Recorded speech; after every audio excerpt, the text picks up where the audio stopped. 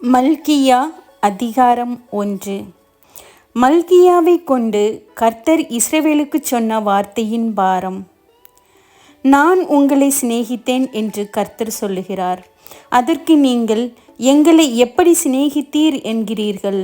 கர்த்தர் சொல்லுகிறார், ஏசா யாக்கோபுக்கு சகோதரன் அல்லவோ? ஆகிலும் யாக்கோபை நான் சிநேகித்தேன், ஏசாவையோ நான் வெறுத்தேன். அவனுடைய மலைகளை பாலும் அவர்களுடைய சுதந்திரத்தை வனாந்தரத்தில் உள்ள வலு சர்ப்பங்களின் தாவும் ஆக்கினேன். ஏதோமியர், நாம் எளிமைப்பட்டோம், ஆனாலும் பாழானவைகளை திரும்ப கட்டுவோம் என்று சொல்லுகிறார்கள். அதற்கு கர்த்தர், அவர்கள் கட்டுவார்கள், நான் இடிப்பேன். அவர்கள் துன்மார்க்கத்தின் எல்லை என்றும் கர்த்தர் என்றைக்கும் சினம் வைக்கிற ஜனம் என்றும் சொல்லப்படுவார்கள் என்கிறார். இதை உங்கள் கண்கள் காணும். அப்பொழுது நீங்கள், கர்த்தர் இஸ்ரவேலுடைய எல்லை துவக்கி மகிமைப்படுத்தப்படுவார் என்பீர்கள்.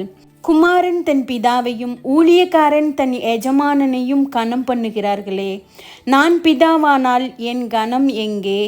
நான் எஜமானனானால் எனக்கு பயப்படும் பயம் எங்கே என்று சேனைகளின் கர்த்தர் தமது நாமத்தை அசட்டை பண்ணுகிற ஆசாரியர்களாகிய உங்களை கேட்கிறார்.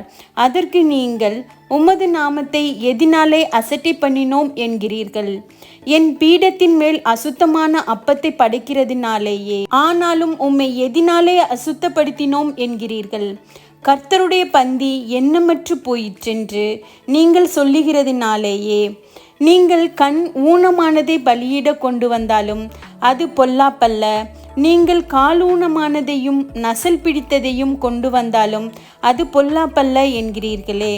அதை நீ உன் அதிபதிக்கு செலுத்து, அவன் உன்மேல் பிரியமாயிருப்பானோ, உன் முகத்தை பார்ப்பானோ என்று சேனைகளின் கர்த்தர் கேட்கிறார். இப்போதும் தேவனுடைய சமூகத்தை நோக்கி கெஞ்சுங்கள், அப்பொழுது நம்மேல் இறங்குவார்.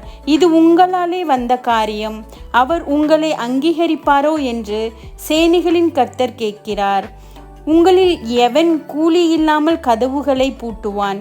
என் பலிபீடத்தின் மேல் அக்கினியை கூலி இல்லாமல் கொளுத்தவும் மாட்டீர்கள். உங்கள் பேரில் எனக்கு பிரியமில்லை என்று சேனைகளின் கர்த்தர் சொல்லுகிறார்.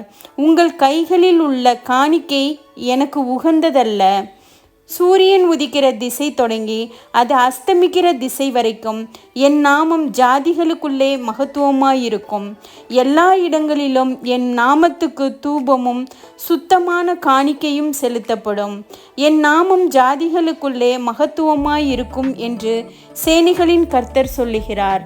நீங்களோ கர்த்தருடைய பந்தி அசுத்தமானது என்றும் அதன் ஆகாரமாகிய அதன் பலன் அற்பமானது என்றும் சொல்லுகிறதினாலே என் நாமத்தை பரிசுத்த குலைச்சலாக்குகிறீர்கள்.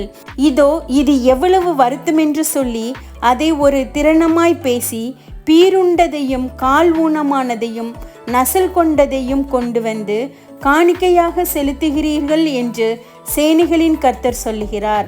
அதை உங்கள் கைகளில் அங்கீகரித்து கொள்வேனோ என்று கர்த்தர் கேட்கிறார். தன் மந்தையில் கடா இருக்கையில் கெட்டுப்போனதை ஆண்டவருக்கு நேர்ந்து கொண்டு பலியிடுகிற கபடஸ்தன் சபிக்கப்பட்டவன். என் நாமம் ஜாதிகளுக்குள்ளே பயங்கரமாயிருக்கும். நான் மகத்துவமான ராஜா என்று சேனைகளின் கர்த்தர் சொல்லுகிறார்.